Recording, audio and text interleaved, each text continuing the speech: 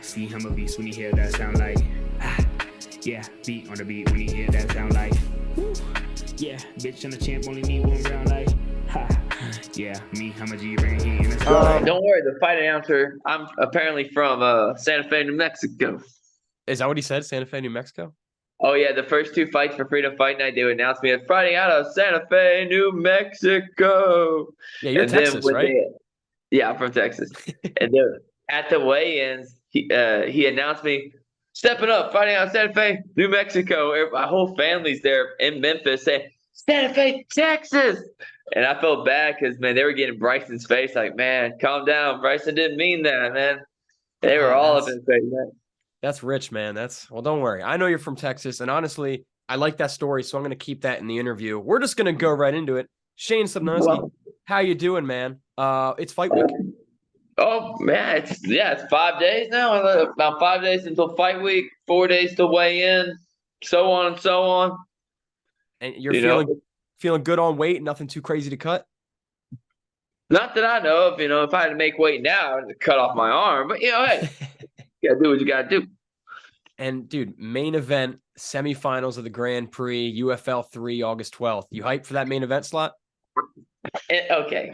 Between me and you, no. I'd rather get in, get my paycheck, and go home. Yeah, I'd rather be the first fight. Yeah, you know what I mean? The whole night. Yeah, you're just sitting there like, are we going to fight yet? Okay. But sometimes, there was which fight card was it? Freedom Fight Night 3. That one was pretty crazy. Like, I was the co-main event, and we're sitting back there, and next you know, pop, pop, pop, pop, pop. And they knocked out like 5 or 6 fights, and we're like, oh, shit, maybe I should be getting ready right now. But the last one, the Memphis one, gosh, it was a long one. We got there at 3 o'clock like they told us. The fights were supposed to start at 4. The fights didn't start till 5.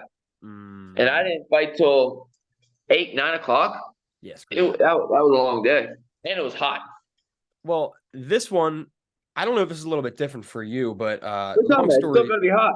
Well, no, not the heat. Not the heat. I'm talking about you taking on Gwerder again, because you just pretty much knocked his ass out pretty recently. Before I ask you about this fight, can you walk me through that first one? That fight, that was utter nonsense, man. Congratulations. That was awesome. Well, in the words of Gwerder, it was a fluke. When the whole game plan was to get in there, avoid his power, avoid his strengths, see what I could do after that. If I give him the ground, that's awesome. If I can't stand up with him, I can hang. But I threw a hook because he come in. I threw a hook. He did a beautiful job ducking under it and threw that too down the middle and just dropped me because I'm square. Well, when I got square, I fell back and somehow my left hand hit the mat, pushed off the mat, and I used all my body weight and I just threw it in there. He made a smidge mistake by pausing for a little bit. There's a little pause where he paused, and then, oh, shit, I got hit. He's not going to fall down. And as I came up, he was coming forward, and he was out. Oh, he was and out. And then my coach, and I thought I caught him with some check hook, but what happened was I got flash knocked out and caught him with a hook. And, like, that first knockout, does that give you more confidence going into this match? No and yes. He's going to come out and he's going to go one or two ways, come at me really aggressive and want to revenge that knockout, or he's going to be patient and wait. Maybe I'm going to make the same mistakes. Maybe that's what he's waiting for. He's waiting for me to make a mistake again because I made a mistake the first time. He's counting on I'll make a mistake the second time. It's very true. I don't plan on repeating with the first fight, but I'm hoping we go a couple rounds. But if we don't, we want to put on an interesting fight, man. At the end of the day, if we do a good fight, we both get $1,000 for fight of the night.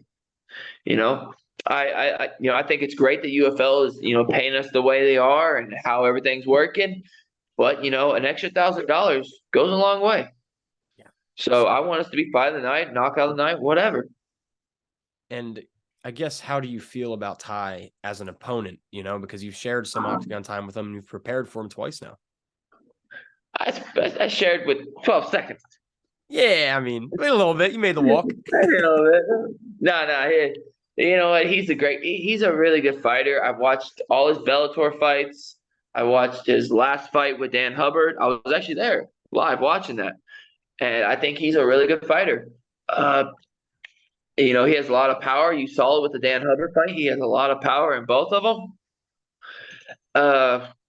But he in the back of my mind, he's still thinking he never lost to me. He's calling a fluke, which it was a fluke. But he's in the back of my mind, I believe that he doesn't think he lost to me, and I understand that. But you did. The thing is, are we going to learn from that lesson? The question is, I learned from my lesson because my last fight, I should have kept my hands up more, and I would have never got hit so many times. But I won the fight. But this fight right here is a different fight, a different opponent. We're both a year older. He's a year mature. He's training hard. He's doing everything, And you mentioned you're not sure what's going to happen here because it could be quick again. It could go a couple rounds in. But let me ask, what do you think when you're looking at this fight? How do you think it's going to go down? Well, I gave you both the scenarios of what Ty's going to do. Right. Scenario what I'm going to try to do is initiate my game plan because whoever has the better game plan, initiate their game plan. And sometimes, what if my game plan don't work? Well, I better have a backup plan. And if that backup plan don't work, you better have a C, D, E, F, G plan. But we're going to find out. We're going to find out if my first game plan works. If the first game plan works, we're going to roll with it. If it doesn't work, I better hopefully my backup works. And my next question here, I was going to ask about your training, but before that, are you on Instagram? Because I don't know if you knew, but there's 2 accounts that say they're you. Well, yeah, I got hacked. Oh, okay. I got hacked last year around November, right before the Dan Hubbard fight. I got hacked like literally the week before. Some girl on Instagram with the last name Bitcoin said, "Hey, I want to be your friend." So I'm like, okay, cool. I don't always accept people. I just whatever. Yeah, you want to follow me, whatever. Sure. Next thing you know, a day later, I can't get my Instagram. I'm like, what the hell's going on? And then it got hacked. It took 2 days. I'm getting ready for a fight. So you think I'm going to be doing, oh shit, my Instagram. I got to get my Instagram. I don't care. You know what I mean? I lost all my friends. I lost all the people. And guess what I did? I made a new Instagram and carry on. If you want to look for me, I'm Shane Michael Sobnosky, the entertainer. Easy. I'll link it in the bio so people can go follow you. Yeah. And camp wise, man, where are you training? Who are you training with? How's camp going? Camp went pretty solid. I never really had a long fight camp. I literally just continue training. I don't actually take time off. Sometimes depending on how my body feels, there's been some times where I fought and I feel great the next week. Next, 2 weeks, I'm like, oh gosh, this is awful. I try to stay training at all times just to keep the body moving because if you object in motion stays in motion, object at rest, it's at rest. So I try to keep it moving. So I've been preparing for this fight since I won the last fight, preparing new skills, new techniques, new paths to victory. So I've been training with my coach, David Boyer. He's a fantastic grappling coach. Then the people I would go train with, Texas sparring, trying to work my stand-up better, keep my hands up. That's the main goal. With Joel, his name is Joel, Texas Striking. And then I'll also go all the way to the north side of Houston to go train with the guys at War. They have a couple good fighters, a couple guys in the UFC, a couple guys who fight PFL, a bunch of very good strikers. So I'm very happy with that because they know how to throw it too. And so after I trained with them for a little bit, I've been making a friendship and a kinship with the lab out here in Arizona ever since Freedom Fight Night 3. Because Freedom Fight Night 3, my coach, and I had special coach as Vincent Henderson was my other coach. I guess I'll tell you the story real quick. Okay, the day of the fight, Freedom Fight Night 3, was going down. I'm getting ready. I'm getting everything. Well, my coach had his tooth was aggravating. It's been aggravating about a week, but nothing too severe. This is Saturday night, the day of the fight. He knocks on my door. I think it was 7:30, 8 o'clock in the morning. And I'm like, I said, Dave, what do you want? Shane, call the dentist now. I'm getting this tooth pulled out today. And I'm like, I got a fight coming up. And I got to now find a dentist appointment, a way to get him there. And I'm talking about okay, here we go. Where's my phone at? Google Map. dentists. And I called like 6 dentist points. I finally I got him one at like 10 o'clock in the morning. Got him there with, I can't remember, whatever lift company, because I didn't have a vehicle at the time. Got him there, got his tooth pulled out. Well, at the time, I had to meet a meeting with all the guys fighting for Henderson's team in downstairs lobby of the hotel. So we're all sitting there. Everybody's sitting there with their coach besides me. And I'm like, and after the meeting, I told Vincent, hey, Vincent, my coach right now, he's getting his tooth pulled. So, he won't be able to talk tonight. So if you can, you may be like, re-say what he says. You know what I mean? Because his tooth is pulled. Rah, rah, do the one. Rah, rah. He can't talk. So, we created a little bondship. Then after the fight, my coach said, hey, mind Shane comes out here and trains with you guys? And Henderson said, yeah, sure, pull on up. So Freedom Unified, the UFL Fight Night 1 popped up. We already had tickets because I was supposed to fight on that one, but it didn't happen. So what? So we were flying out anyways. Fuck it, I'll fly out there. Why not just stay there and train at the lab? Right. So I showed up, watched the fights, went out there to the lab, met John Crouch, and then I started training with them guys, for just 2 weeks. I was only out there for a little bit because I had responsibilities back at home I had to be at. So after I trained with them, so I sat there and thought, after the first sparring day at the lab, I'm really thinking my MMA career. I'm like, damn, these guys really took it to me today. Maybe I have to, I don't know, rethink everything.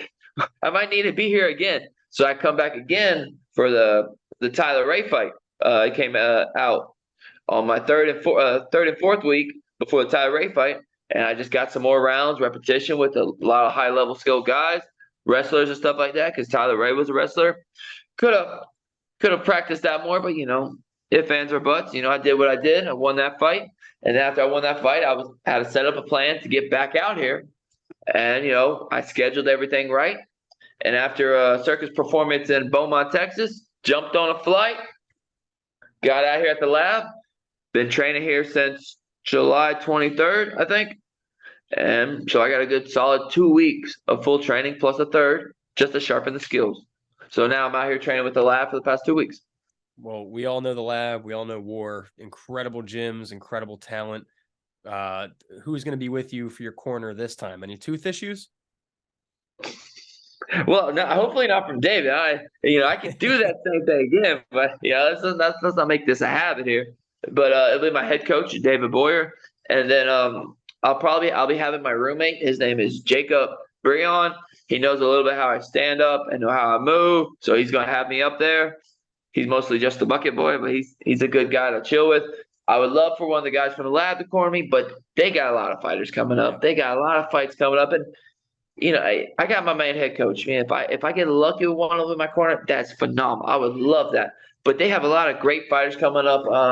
They got one UFC guy fighting on the 12th for sure, and then they got another guy fighting the night before, and then Jose, who's fighting for UFL. He's fighting the same night as me.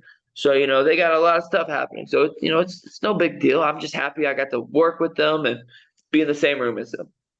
Yeah, man, I can't imagine the talent in there and everything you were able to pull from them. And it's good that you got that high-level training going into the semifinals, because one more win, dude, and you're fighting for the title. So what would it mean to you personally to win that belt? It means a lot, let's look at the long-term goals. Let's say I win this belt. Let's hypothesize and say I win, and then I win the next one, and now I'm a professional belt holder. How many pro fighters can say that? Many people at amateur level can say I was an amateur champ. Well, not many people can say they're a professional champ.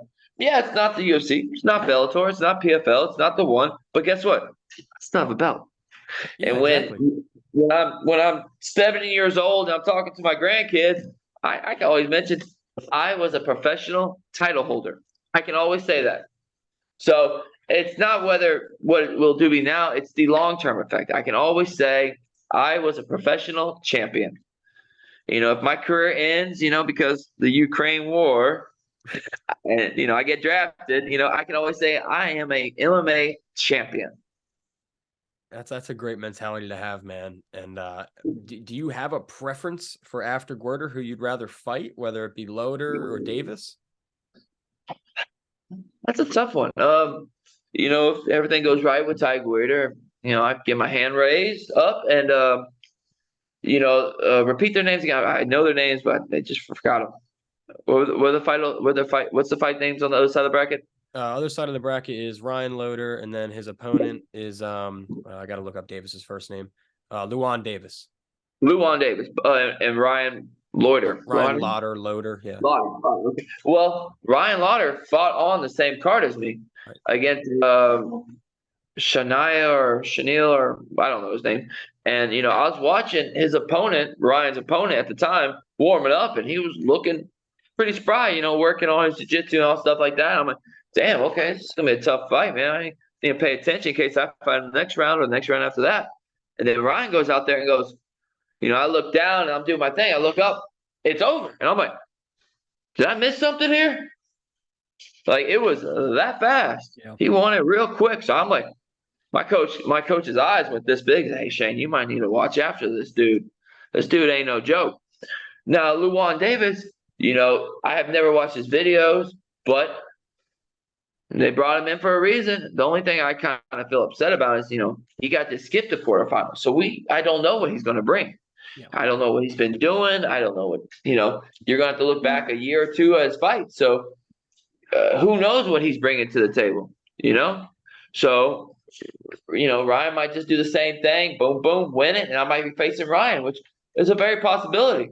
But you got a wild factor of what Luan. He's a very tall, lanky guy. So I can only imagine he's going to try to keep the distance. Ryan, what he did last time, he just, 1, 2, takedown, pick up, slam, this and that. The fight only went longer than a minute. So what happens if it goes 2 minutes? What happens if it goes 1 round, 2 rounds? How is Ryan going to handle that? And he comes from alpha male, so he probably has the cardio. I'm not too worried about that. But the length is different. But the thing is, Shambazi. He ran through Shambazi, who's a very long fighter, like it was a paper towel. Yeah. So Ryan might do the same thing, but I don't know. Whatever his name is, Davis, Luan. He might be a different striker, might be a different animal. You got to watch the knees, And so it might be a tough opponent, or he might just do the same thing. I don't know. In the back of my mind, after seeing what Ryan did, my money is on Ryan because I've seen him fight. I've seen what he does to long people. But there's always a chance of the wild card pulling out. We've seen many fighters, aka me, get lucky and win a fight. So I put money it's going to be a good fight. I don't know when they're fighting. I hope, I probably won't watch it. I don't ever watch fights before my fight, so I won't watch anybody on this card since I'm the main event. Did you say you're not going to watch any of the fights? Some fighters they'll watch fights in the back room. I don't know if you did or not. Well, if they have them playing on, I'll get a glimpse here and there. But everybody who watches fights gets hyped up. I'm not you. I'm telling you, you're a bystander. You're sitting there watching the fight, like yeah. The heart starts pumping. Well, I don't want the heart pumping because they're on TV. I want the heart pumping because I have it on pumping. I'm warming up, constantly getting the body loose, whatever. I'm not as young as I once was, but so I got to warm up a little longer. So I barely pay attention to fights. I usually ask, hey, what fight are we on? And my coach will come back because he'll watch the fights. He doesn't. I don't need him the whole time. I can warm up on my own. I'm an adult. So he'll come back and say, hey, you need to be careful of this, watch this. Hey, that was a great fight. I'm like, okay, cool. But I like to focus on the task at hand. It's cool. Yeah, if I had a teammate on this card, that would kind of make me want to watch it. But, you see many people with girlfriends or teammates on the card, and they lose, and they come back all bummer, and you're just like, you're killing the mood. Yeah, what I mean? So I've never fought on the same card as a teammate. I've always kind of fought by myself. It's just how it is. Well, hey, man, it doesn't really matter if you watch it or not. The results will be there, and that'll be your next opponent regardless. And my last question about UFL, it's no secret that this is Rampage Jackson and Frank Mir's promotion. Those are two names I grew up loving, and I'm sure you grew up as idols too. So, what does it mean to fight for that promotion for those guys? Well, I'm trying to remember his name. The owner. I'm trying to remember the owner's name. Just saw his name. Probably. I'm drawing a blank It's too. Harrison's promotion. Yeah, Harrison's promotion, and then Sophia's the one matchmaker. So she does a very good job at matchmaking all these cards. That's why she's getting they're getting the fights they are because of all the work they put in. The fight under him, I never really have idols. Even when I play football, I never had like Harrison Rogers. What? Is it Harrison Rogers? Yeah, Harrison Rogers. There you go. So I don't get starstruck. I always think, hey, that's pretty cool. It's Rampage. How you doing? Oh, it's Frank Mir. How you doing, Frank Mir? When Tito was my corner, that shit was surreal. Cool. I'm getting ready. Tito Ortiz. I forgot to mention Tito. Right. Yeah, Tito. That was my first special coach for the first UFL 2, and that was surreal because he comes back out there. I only met him once or twice. Shook his hand, and I'm getting ready for a fight. And next thing he goes, oh, hey, Shane, I'm Tito. I'm like, hey, Tito, how you doing? I saw you practicing over shadow boxing. I see you like the elbows. You gotta get the elbows in. Yeah, but five fighters, get the elbows. And he's just ramping me up like, oh my gosh, this is Tito Ortiz. And me and my coach are like, what the heck? Tito would get all fired up. But to fight on these guys, it's an honor. It's pretty awesome because it brings out the celebs. It brings out some star power. I heard a rumor way back when this stuff all started, at the beginning of the year, that it's a possibility that Frank Mir might fight on the same card as his daughter in UFL 3. That was a huge rumor back then. Huge rumor. I overheard it. They said they're going to trying to get it done because who doesn't want to see a father-daughter fight on the same card? I said, that'd be cool. That'd be pretty cool to be on because a lot of eyes, you know what I mean? Frank Mir's daughter on the same card, a lot more eyes. Who's a better main event? Frank Mir versus somebody or Shane Sobnosky versus Ty Gwerder? I choose Frank Mir. But, yeah, you get what you get. Heard to find out that Frank Mir's daughter, she had a big wrestling thing, so she couldn't do it. So, I'm now the main event. But it is pretty awesome to hang out with these guys. They have a lot of knowledge. I try to ask them questions I can. Actually, Frank Mir, he got me my new mouthpiece. Oh, yeah? He got me in a contact with a guy who makes the mouthpiece. I got a hold of him. We swapped numbers, this and that, paid the money, sent me a mouthpiece, a purple mouthpiece.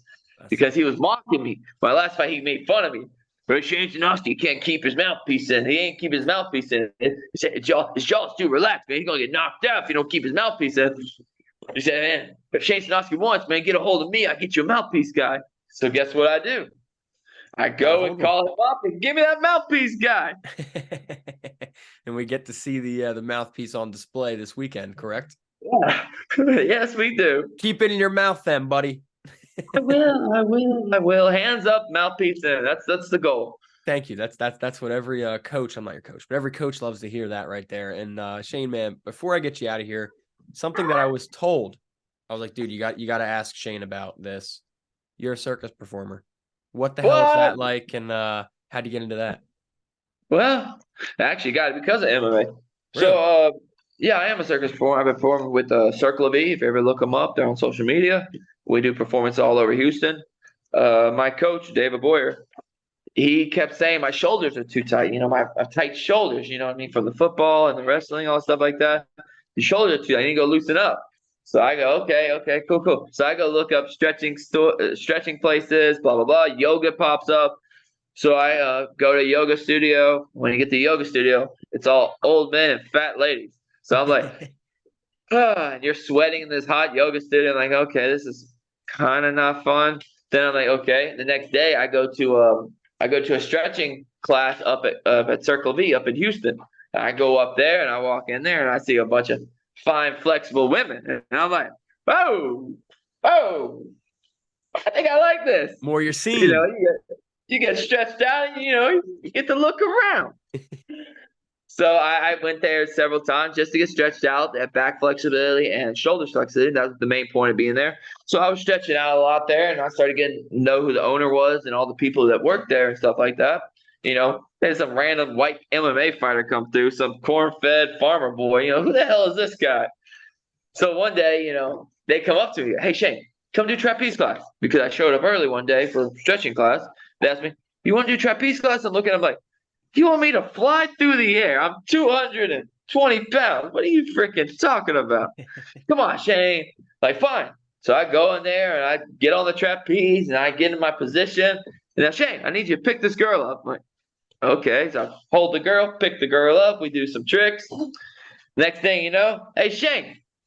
This was a couple months. Hey, Shane, we want you in a show. You want to do a show? I'm like, why not? It's not every day I can tell. This is all about legacy. I can always tell my kids or my grandkids or people. I said, I'm in the circus. Yeah, man. I perform for a circus, I didn't think nothing about it. I'm just doing it for kicks and giggles, focus on MMA. Next thing you know, they ask, hey, Shane, you're part of the show and you're getting paid. I'm like, okay, now I get to entertain and get paid. Okay, now we're talking. And so I've been with them for 5 years now. I do trapeze or flying trapeze. No, well, stationary trapeze. And then I do a bed of nails bit where I lay on a bed of nails, get hit with a hammer sometimes. I know, it's very comfortable. And then I've been rebars. I run nails through boards. I also pick up women, both kinds. And, I just have a great time. I'm an entertainer. It says in my social media crap, I'm an entertainer. I like to entertain the people. I just like to have fun. That's awesome, man. That's a very unique skill set for an MMA fighter to have, and that's a great story right there. And I'll definitely go peeping on your social media afterwards. Shane, last thing for me, man, and then I want to get you out of here. A lot of fans, a lot of eyes on UFL 3. They'll all be watching the main event. So that being said, is there anything you would like to say to everybody watching this interview and who will be watching your fights? If so, the mic is yours. Okay, everybody out there who's going to watch UFL, to all my people in Texas, that's going to be on Rumble. Okay, so Arizona's 2 hours ahead, behind y'all. So my fight probably won't happen till 10 o'clock, 11 or 12 o'clock. So I hope y'all stay up. I really love appreciation to show all the fans, all the support. And I'll see y'all soon. Yes, sir. Shane Sobnosky. Thank you for the wonderful interview. I had a good time. Of course, man. We'll definitely do it again. Don't you worry. And last thing for me, man. Best of luck. Kick ass. And ladies and gentlemen, UFL 3 on Rumble, August 12th. Tune in. Yes, sir. Shane Sobnosky main event. Thank you, my man.